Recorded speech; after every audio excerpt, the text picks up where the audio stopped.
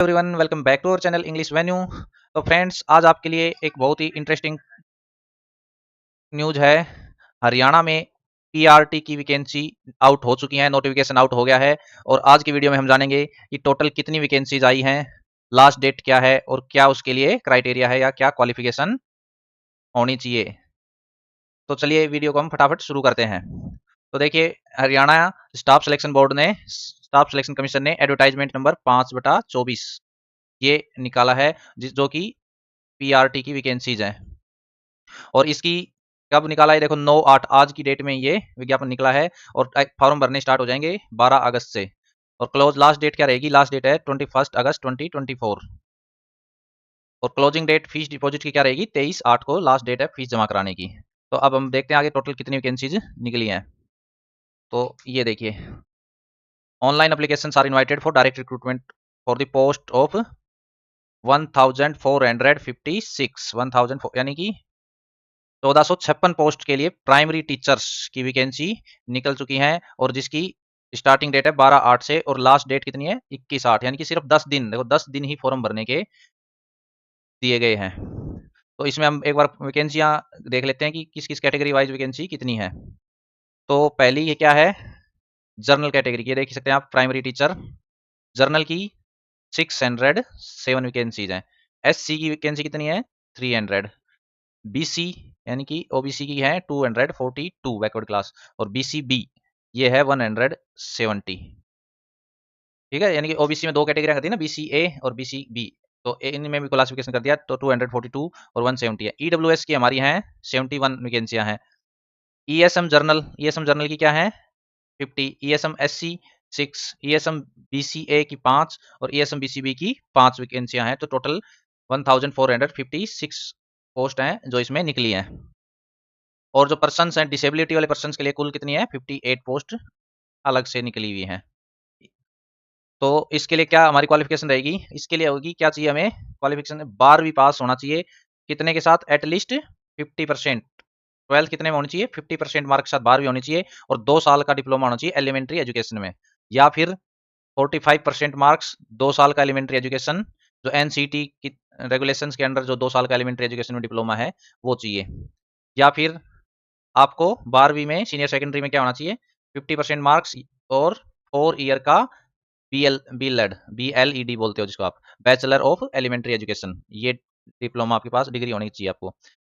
या फिर क्या हो सकती है आपके पास 50% marks 2 year diploma in education. ठीक है, एजुकेशन मतलब स्पेशल एजुकेशन में भी हो सकता है आपको इसमें। तो इसके लिए भी आप वो स्पेशल एजुकेशन वाले भी इसमें अप्लाई कर सकते हैं। या फिर BA BSc BCom and 2 year diploma in elementary education by whatever name. क्या, या तो आप क्या हो फिर जो भी आप BA BSc BCom हो, लेकिन 2 ईयर वाला डिप्लोमा भी आपके पास हो। और अगली कंडीशन क्या है कि अगली कंडीशन है सर्टिफिकेट ऑफ हैविंग क्वालिफाइड। क्या है, क्वालिफाइड होना चाहिए आपके पास। अपियरिंग उसका कोई मतलब नहीं। हरियाणा टेट है ना, एच टेट या एस टेट दोनों, इनमें से कोई भी आपके पास इसका सर्टिफिकेट में आप क्वालिफाई होने चाहिए, एच टेट या एस टेट में। और मैट्रिक, एक कंडीशन और क्या है, matric with Hindi oblique Sanskrit और 10+2 BA MA with Hindi as one of the subject. यानी क्या इसका मतलब है कि 10वीं में आपके या तो हिंदी हो आपके पास एक सब्जेक्ट के रूप में होना चाहिए, या फिर संस्कृत।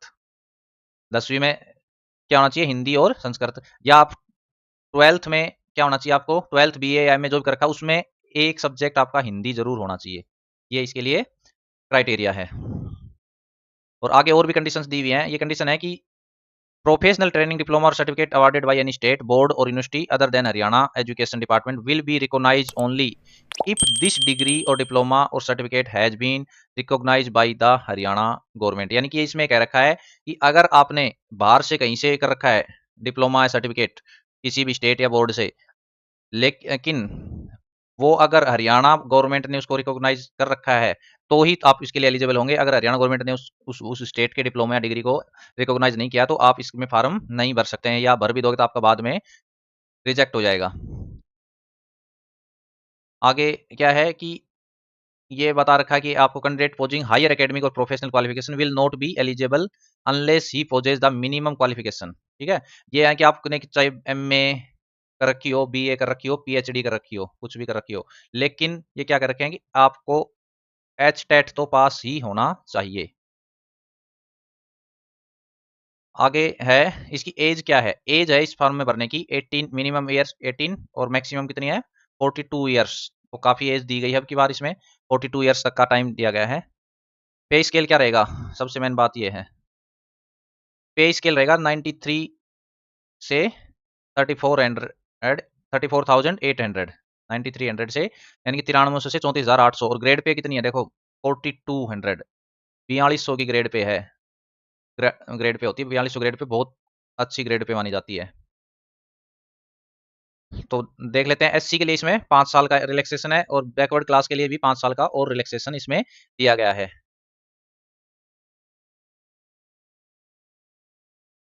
बाकी डिसेबल्ड के लिए 10 साल का रिलैक्सेशन है बाकी। और आप इसमें विज्ञापन को मैं अपने टेलीग्राम चैनल इंग्लिश वेन्यू पे डाल दूंगा, वहां पे आप जाके इसको अच्छी तरह से पढ़ लेना। अभी तो मैं आपको बता रहा हूँ मोटा मोटा कि वैकेंसी कितनी निकली हुई है, और क्या एज है, क्या क्राइटेरिया है, क्या क्वालिफिकेशन हमारी इसमें रहेगी।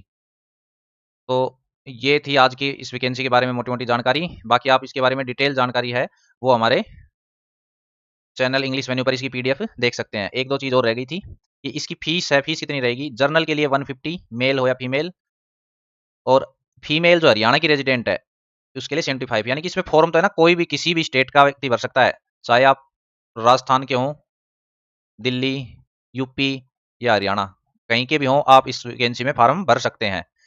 तो आज से ही तैयारी में जुट जाइए, बहुत ही अच्छी वैकेंसी है, काफी दिनों बाद आई है ये, तो आपके लिए अब की बार बहुत ही गोल्डन चांस है। हरियाणा स्टेट के SC SC EWS के लिए क्या है, मेल के लिए 35 रुपए और फीमेल के लिए 18 रुपए। आगे देखते हैं, देखो एग्जाम क्या रहेगा। एग्जाम रहेगा आपका, रिटर्न एग्जाम होगा 95 मार्क्स का। आप ये कहोगे ये कौन से मार्क्स दे दिए, ये अब की बात देखो इन्होंने किया भाई 95 मार्क्स का ही पेपर रहेगा। अब इसमें क्या होगा, क्वेश्चन तो आपके 100 आएंगे, क्वेश्चन कितने, ये नहीं कि 100 आएंगे, क्वेश्चन 100 क्वेश्चन आएंगे, 100 क्वेश्चन आएंगे, लेकिन एक क्वेश्चन कितने का रहेगा, 0.95 मार्क्स का रहेगा। देखो क्या लिख रखा है। और आगे इसके बारे में अब की बार एक चीज और बता दूं, सबसे इंपॉर्टेंट चीज, जो मेरा वीडियो बनाने का मेन मकसद ये था कि इसके बारे में बताइए, नई चीज लागू की जा रही है अब आगे एग्जामों में, और ये धीरे धीरे सभी एग्जामों में लागू हो जाएगी ये वाली कंडीशन। क्वेश्चन कितने रहेंगे 100, और क्या दे रखा है, ऑल क्वेश्चंस आर कंपलसरी, सभी क्वेश्चन है वो कंपलसरी हैं, आपको 100 के 100 क्वेश्चन ही करने हैं।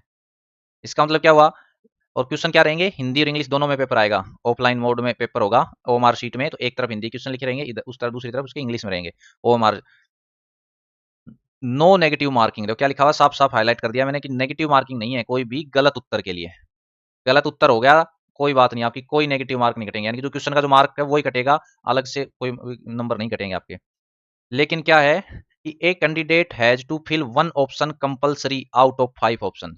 अब की बार क्या कर रहे हैं क्वेश्चन में, वो 5 ऑप्शन देंगे, ठीक है, 5 ऑप्शन मिलेंगे आपको, 1 2 3 4 और 5, तो आपको इन पांचों में से एक भरना जरूरी है, एक भरने जरूरी। इसका मतलब क्या हुआ, इसका मतलब है कि अगर आपने इस पांचों में से कोई भी ऑप्शन को टिक नहीं किया तो आपका 0.95 मार्क्स है, हर पर्सन का, जो पर्सन आपने छोड़ दिया उसका आपका काट लिया जाएगा। तो ये तो एक अलग प्रकार की नेगेटिव मार्किंग होगी कि क्वेश्चन छोड़ने पे, कि ऑप्शन खाली छोड़ने पे आपका मार्क्स कटेगा 0.95।